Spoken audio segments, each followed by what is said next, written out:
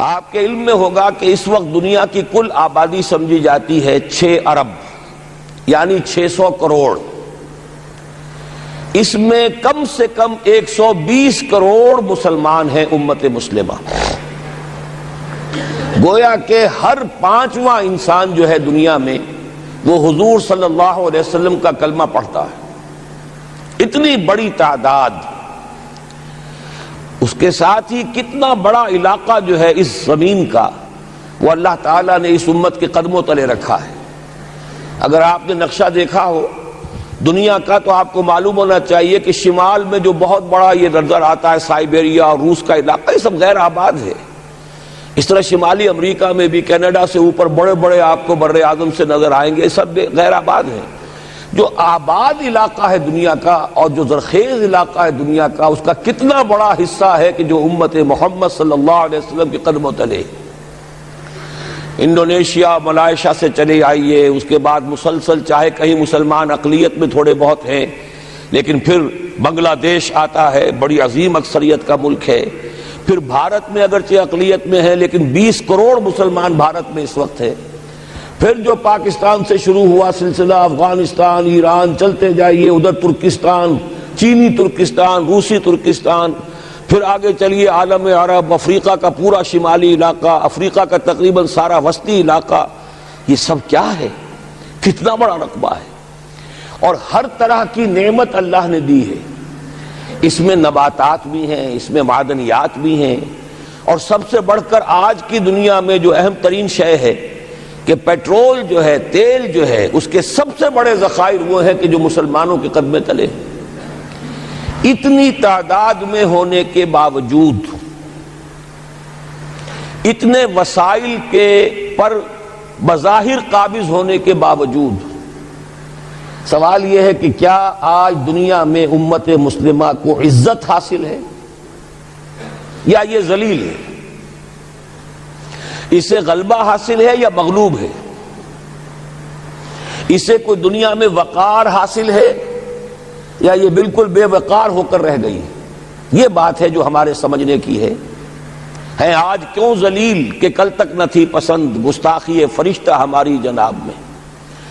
اس وقت صورت یہ ہو چکی ہے، آپ کو معلوم ہے کہ ہر جگہ پر پسماندگی کا نشان مسلمان ہیں. ہمارے سارے وسائل پر دوسروں کا قبضہ ہے. ایک ہی شے رہ گئی تھی، تیل، خلیج کا تیل، اس پر بھی آ کر امریکہ کی فوجیں اس کے سر پر بیٹھ گئی ہیں. سارا کا سارا تیل اب ان کے قبضے میں ہے. ادھر خلیج کے دہانے کے دونوں طرف وہ اپنے مورچے بنا رہے ہیں تاکہ یہاں کسی کا داخلہ نہ ہو سکے. بڑے بڑے جتنے لوگ ہمارے ہیں ان سب کی دولت ان کے پاس ہے. کہنے کو تو سلطان اور برونائی دنیا کا امیر ترین آدمی ہے، لیکن دولت ہے کہاں اس کی؟ انویسٹڈ تو وہی ہے، اسی کے بینکوں میں ہے، انہی کی کمپنیوں میں ہے. کسی کے پاس کچھ نہیں ہے. سعودی عرب کے کوئی ڈالرز ہیں تو کہاں ہیں؟ جیسے شہنشاہ ایران کا جو اثاثہ تھا، سرمایہ تھا، جو سارا کا سارا انہوں نے جو ہے وہ فریز کر لیا. تو یہ دولت تو ساری وہی ہے. کہنے کو ہے کہ آپ کے اکاؤنٹ میں اتنا روپیہ ہے، لیکن سوال یہ کہ وہ اکاؤنٹ فی الواقع کس کے قبضے میں ہے؟ پھر آپ کو معلوم ہے کس طریقے سے مسلمانوں کے ساتھ سلوک ہو رہا ہے. ہر جگہ پر جہاں چاہیں، جس طرح چاہیں انہیں ستا لیں. اور ان میں بھی سب سے بڑھ کر جو بات میں آپ سے کہوں گا، آج دنیا میں جتنے بڑے پیمانے پر محمد عربی صلی اللہ علیہ وسلم کی توہین و تذلیل ہوئی ہے، پوری انسانی تاریخ میں نہیں ہوئی.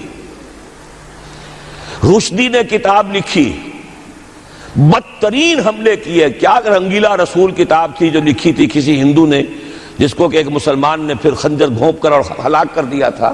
وہ تو کچھ بھی نہیں تھی. اس کتاب کو رنگیلا رسول کو 100 سے ضرب دیجئے تو یہ کتاب بنتی ہے، سیٹنک ورسز. اور وہ ملینز نہیں بلینز کی تعداد میں شائع ہوئی. اس کے خلاف احتجاج اگر کسی نے کیا ہے تو ان کے اوپر جوتے پڑے ہیں، ان پر ڈنڈے پڑے ہیں. پوری مغربی دنیا اس کے پیچھے آ گئی ہے، سپورٹ کیا ہے. لے دے کے ایک ملک نکلا ایران، اس نے کم سے کم یہ کہ اس کے قتل کا فتویٰ تو دیا، لیکن کیا کرے، قتل کرنے کی تو نوبت نہیں آئی. پورا عالم عیسائیت اس کی پشت پناہ ہے، اس کی مدد کر رہا ہے.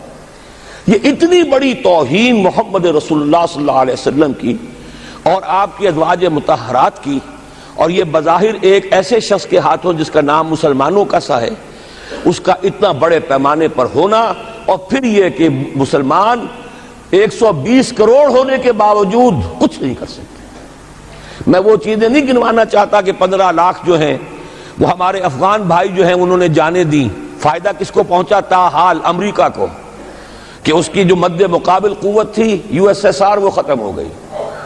اسی طریقے سے جو کچھ کشمیر میں ہو رہا ہے، ہماری بے حمیتی، بے غیرتی کا عالم یہ ہے، ہم کچھ اندر خانے تھوڑی بہت کو مدد کر کے سمجھتے ہیں کہ ہم نے فرض ادا کر دیا، جبکہ فرض تو یہ ہونا چاہیے تھا کہ ہم براہ راست اعلان کرتے اور انڈیا کو الٹیمیٹم دیتے کہ سٹاپ دس بزنس، یا یہ کہ پھر ہم سے جنگ ہے۔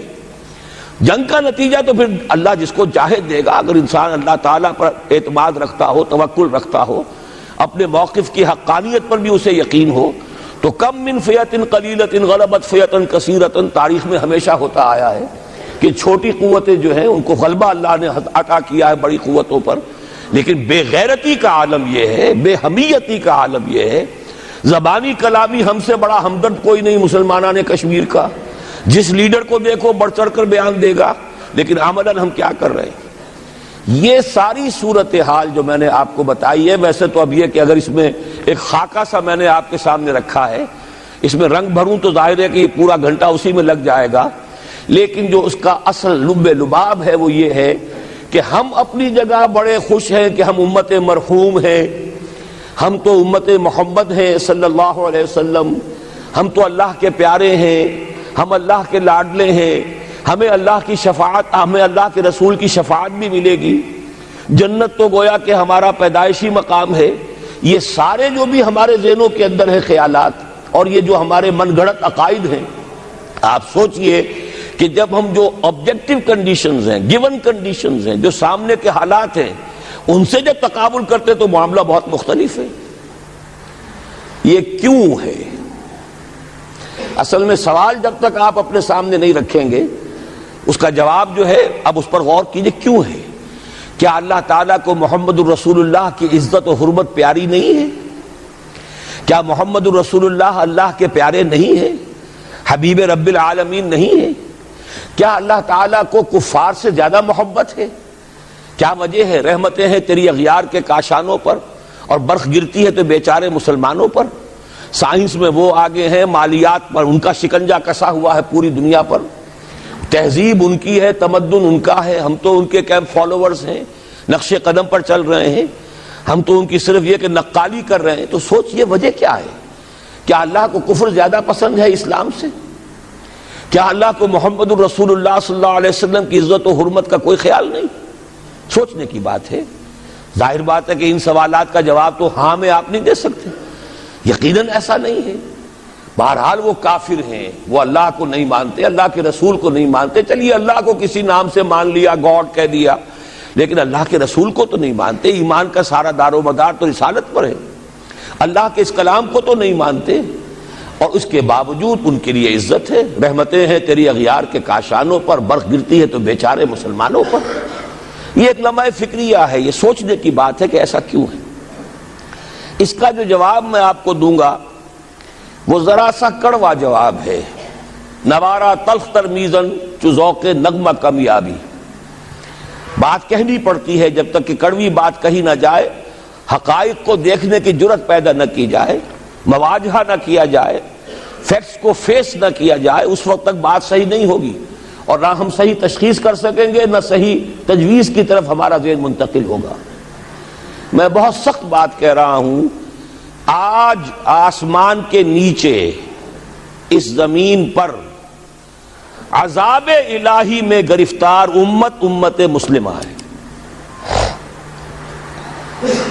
بالفعل آج ہم امت مرحومہ نہیں ہیں، رحمت والی امت نہیں ہے، امت معذبہ ہیں۔ آج ہم پر اللہ کا عذاب ہے۔ وہ کیوں ہے؟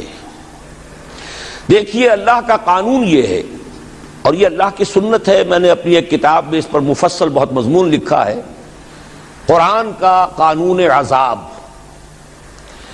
ایک عذاب تو آیا کرتا تھا ان قوموں پر جن کی طرف اللہ رسول بھیجتا تھا، اِنَّا أَرْسَلْنَا نُوحًا إِلَىٰ قَوْمِهِ، اگر رسول کی بات مان لی تو قوم کے لیے بہت خوشحالی ہے، مبارکباد ہے، اللہ کی رحمتوں کے سائے ہیں، اور نہیں مانی تو بربادی ہے، تباہی ہے، خاتمہ ہے۔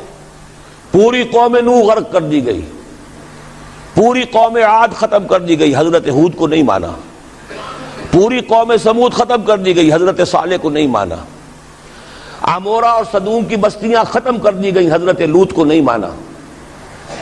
آل فرعون غرق کر دیے گئے، حضرت موسیٰ کو نہیں مانا۔ مدین کے علاقے کو تباہ کر دیا گیا، حضرت شعیب کو نہیں مانا۔ یہ بات سمجھ میں آ گئی؟ لیکن جب سے نبوت اور رسالت کا سلسلہ ختم ہوا، اس قسم کا عذاب اب دنیا میں نہیں آ سکتا۔ وَمَا كُنَّا مُعَذِّبِينَ حَتَّى نَبْعَثَ رَسُولًا، ایسا عذاب ہم نہیں بھیجتے رہے جب تک کہ رسول کو نہ بھیج دیں۔ رسول آ گیا، اس نے حق کو بیان کر دیا، بات کو کھول کھول کر مبرہن کر دیا، ہر چیز واضح کر دی، کوئی مغالطے کا امکان نہ رہا۔ جاء الحق وزهق الباطل، ہر شے جو ہے دودھ کا دودھ، پانی کا پانی جدا ہو گیا۔ اب بھی جس نے نہیں مانا تو معلوم ہوا اس میں کوئی خیر نہیں ہے، اب خیر کا فقدان ہے۔ تو اس قوم کو جیسے کہ آپ باغ کے اندر جھاڑو دے کر جب بھی کوئی آندھی چلے تو پتے گرے ہوئے ہوتے ہیں، ان پتوں کو ایک جگہ جمع کر کے دیاسلائی دکھا دیتے ہیں تاکہ یہ پتے جو ہیں یہاں پر بدزیبی کا ذریعہ نہ بنے، تو پوری قوم ہلاک، کالم یغنوا فیہا، ایسے ہو گئے جیسے تھے ہی نہیں۔ یہ عذاب اب نہیں آئے گا، اس لیے کہ آخری نبی، آخری رسول محمد الرسول اللہ صلی اللہ علیہ وسلم۔ اب آج جو عذاب آتا ہے، دیکھیے کافروں کے لیے عذاب اصل میں آخرت میں ہے۔ دار العذاب، دار الجزا، وہ تو آخرت ہے، یہ تو دار الامتحان ہے۔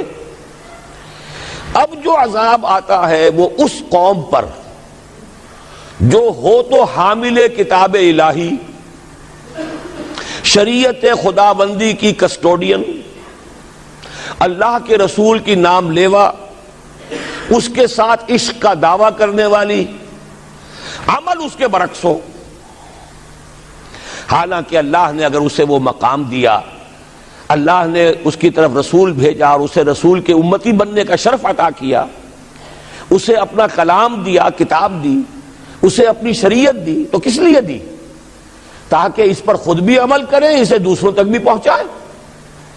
وہ گویا کہ اس روئے ارضی پر وہ امت، وہ قوم اللہ کی نمائندہ قوم ہوتی ہے، ریپرزنٹیٹو ہوتی ہے۔